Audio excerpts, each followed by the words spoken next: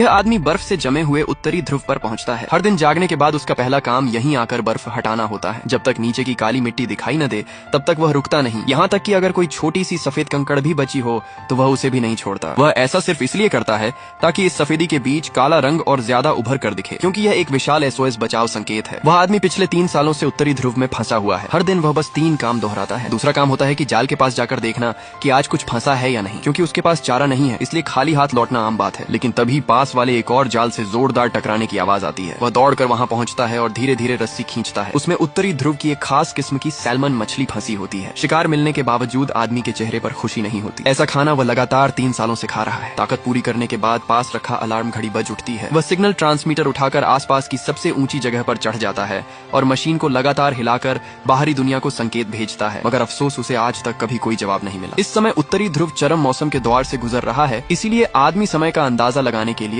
सिर्फ अलार्म घड़ी पर ही निर्भर है। समय होते ही वह वापस सोने चला जाता है। लौटते वक्त वह अपने एकमात्र साथी से मिलने जाना नहीं भूलता। वही जगह है जो उसे थोड़ी सी गर्माहट देती है। इसी तरह दिन बीतते जाते हैं। आदमी रोज बिल्कुल समय पर वही काम दोहराता रहता है। अगले दिन जब वह बर्फ पर खाना लेने जाता है तो उसे पास में कुछ मछलियों के अवशेष बिखरे हुए मिलते हैं। चारों ओर हालात सुरक्षित हैं या नहीं, यह देखकर वह घबराकर विमान के मलबे की ओर भागता है और तुरंत दरवाजा बंद कर लेता है। बंद जगह में उसे बेहद सुकून महसूस होता है। उसे राहत मिलती है कि वह ध्रुवीय भालू अब शिविर के आसपास नहीं है। थोड़ी देर आराम करने के बाद उसे फिर भी जोखिम उठाकर पहाड़ी की चोटी पर जाना पड़ता है। सिग्नल भेजते हुए वह चारों ओर हर हलचल पर नजर रखता है, क्योंकि जरा सी चूक उसे ध्रुवीय भालू का शिकार बना सकती है। आज भी कोई जवाब नहीं मिलता। वह लौटने ही वाला होता है कि अचानक संकेतक लाइट लाल से हरी हो जाती है। इसका मतलब है कि कहीं पास में किसी ने उसका बचाव संदेश पकड़ लिया है। वह जल्दी जल्दी जनरेटर घुमाने लगता है। हरी लाइट लगातार चमकती रहती है और दूर आसमान में एक हेलीकॉप्टर दिखाई देता है। उम्मीद सामने देखकर वह तुरंत सिग्नल फ्लेयर निकालता है। उसे जलाकर जोर जोर से लहराता और चिल्लाता है। हेलीकॉप्टर को सामने देखकर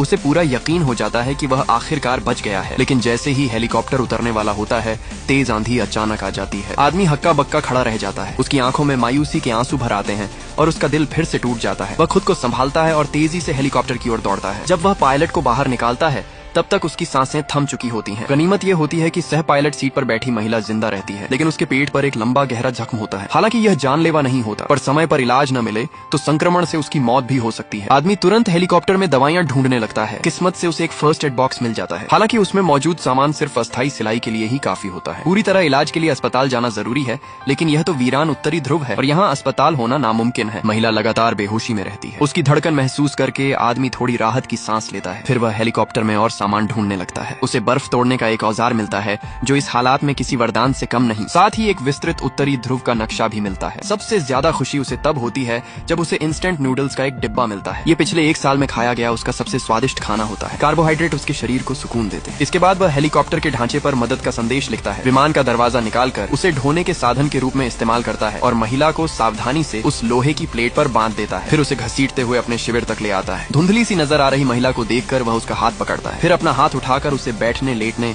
और मुट्ठी खोलने बंद करने का इशारा करता है ताकि उसकी चेतना लौट सके। आदमी खुद को बेहद दोषी महसूस करता है। अगर उसने बचाव संकेत न भेजा होता तो शायद उन दोनों को यह हादसा न झेलना पड़ता। लेकिन अब महिला के पास उसी का सहारा है। वह फिर से हेलीकॉप्टर में सामान ढूंढने जाता है। इस बार उसे गैस का एक सिलेंडर मिलता है, लेकिन पीछे मुड़ते ही वह देखता है कि पुरुष पायलट आधा बर्फ में दबा हुआ है। वह धीरे धीरे पास जाकर उसके कपड़े उतारता है और थोड़ी दूरी पर उसे दफना देता है ताकि अपने मन का बोझ कुछ हल्का कर सके। खोजबीन के दौरान उसे एक लाइटर भी मिल जाता है। जैसे ही आग जलती है, आदमी के चेहरे पर लंबे समय बाद मुस्कान लौट आती है। इसका मतलब है कि अब उसे कच्चा और ठंडा खाना नहीं खाना पड़ेगा। वो जल्दी से लाइटर अपनी जेब में रख लेता है। इस बर्फीले उत्तरी ध्रुव में यह किसी ऐश से कम नहीं। जब वह अगले स्थान की तलाश करने ही वाला था, तभी उसे अनजाने में एक तस्वीर मिल गई। तभी उसे पता चला कि वह महिला और पायलट असल में पति पत्नी थे और उनका एक नवजात बच्चा भी था। यह जानकर उसके मन में अपराध बोध और गहरा हो गया। इसी पछतावे के कारण उसने ठान लिया कि चाहे जो हो जाए, वह महिला को जिंदा लेकर ही उत्तरी ध्रुव से बाहर निकलेगा। आदमी ने उत्तरी ध्रुव में मछली पकड़ने का एक साधारण उपकरण बनाया, लेकिन चालाक मछलियां उसकी रस्सी पहले ही कुतर चुकी थी। लगता था कि आज की रात फिर भूखे पेट ही गुजरने वाली है। लेकिन जब वह जमी हुई झील में छेद कर रहा था, तभी पास के एक और जाल में हलचल हुई। यह आदमी द्वारा पकड़ी गई 300वीं मछली थी, लेकिन हाथ में शिकार होने के बावजूद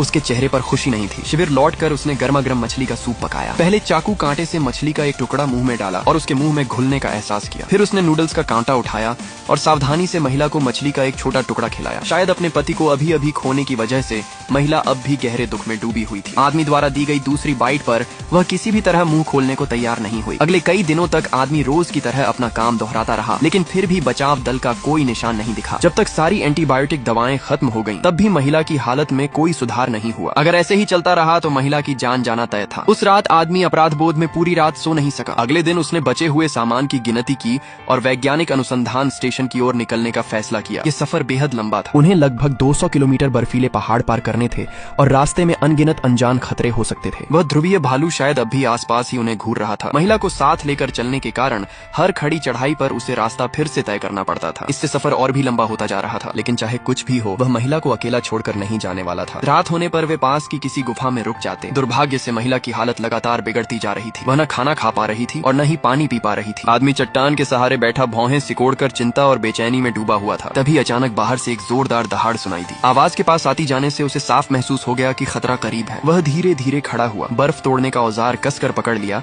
और आंखें गुफा के मुंह पर जमा दी। वह जरा सी भी आहट नहीं करना चाहता था, यहाँ तक कि तेज सांस भी नहीं ले रहा था। लेकिन तभी महिला को खांसी आ गई। जैसे ही वह पीछे मुड़ा, अचानक वह घबराकर पीछे हट गया और तुरंत सिग्नल फ्लेयर निकालकर जला दिया। तेज रोशनी ने अस्थायी रूप से ध्रुवीय भालू को पीछे हटा दिया। उसने फ्लेयर गुफा के बाहर फेंक दिया और भालू को भगा दिया। लेकिन ध्रुवीय भालू से यह पहली नजदीकी मुठभेड़ आदमी को मानसिक रूप से तोड़ चुकी थी। अगली सुबह वह गुफा से बाहर निकला। पहले यह सुनिश्चित किया कि भालू आसपास नहीं है और फिर जितनी तेजी से हो सका उस इलाके से निकल गया। लेकिन खराब मौसम अचानक आ गया। एक जबरदस्त बर्फीले तूफान ने उसकी नजर पूरी तरह छीन ली। उसने मजबूरी में स्लेज को खड़ा कर लोहे की छड़ से उसे सहारा दिया। फिर दोनों स्लीपिंग बैग में सिमटकर तूफान के गुजरने का इंतजार करने लगे। पता नहीं कितना समय बीता। आदमी बर्फ के ढेर से बाहर निकला और फिर से आगे बढ़ा। लेकिन लंबे समय तक ठंड और तूफान में रहने से महिला की हालत दिन ब दिन बिगड़ती गई। उसकी उंगलियों में ताकत नहीं रही, मुट्ठी भी नहीं भींच पा रही थी। यहाँ तक कि पानी पीना भी मुश्किल हो गया। आंखों के आसपास लाल चकत्ते पड़ने लगे और होंठों से अनियंत्रित रूप से खून बहने लगा। सबसे भयानक बात यह थी कि उसका जख्म बुरी तरह संक्रमित हो चुका था। आदमी जानता था कि शायद वह अंत तक नहीं पहुंच पाएगी। उसने परिवार की वह तस्वीर महिला की हथेली में रखी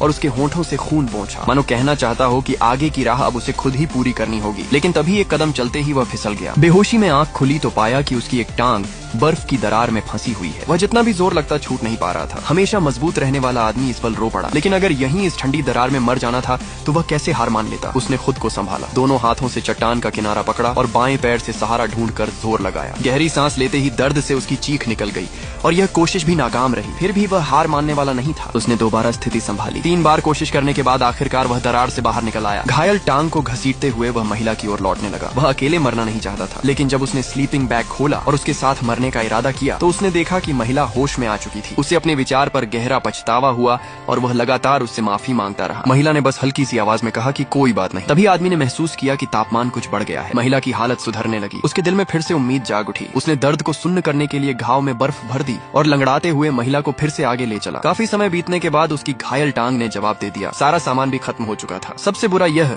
कि नक्शा देखने पर उसे पता चला कि वह रास्ते का सिर्फ 1/3 ही तय कर पाया था। उसने सारा बोझ फेंक दिया और सामने दिख रही आखिरी चढ़ाई चढ़ने का फैसला किया। जब वह मुश्किल से पहाड़ी की चोटी पर पहुंचा तो उसकी आंखों के सामने एक हेलीकॉप्टर साफ दिखाई दिया। उसे अपनी आंखों पर यकीन नहीं हुआ। वह तेजी से नीचे भागा, स्लेज और महिला को धक्का देकर ऊपर लाया और जोर जोर से मदद के लिए चिल्लाने लगा। उसने आखिरी सिग्नल फ्लेयर निकाला और पूरी ताकत से लहराया। उसकी आवाज घाटी में गूंजती रही लेकिन कोई जवाब नहीं मिला। हेलीकॉप्टर दूर होता गया और पहाड़ के उस पार ओझल हो गया। उम्मीद को अपनी आंखों के सामने टूटते देख वह महिला को पकड़कर जोर जोर से रो पड़ा। अब उसके पास कोई रास्ता नहीं बचा था और उसकी सारी ताकत भी खत्म हो चुकी थी। वह महिला का हाथ कसकर पकड़कर जमीन पर लेट गया। आखिरी सांसों के साथ उससे कुछ कहा और फिर धीरे धीरे उसकी आंखें बंद हो गईं। इसी के साथ फिल्म यही समाप्त होती है।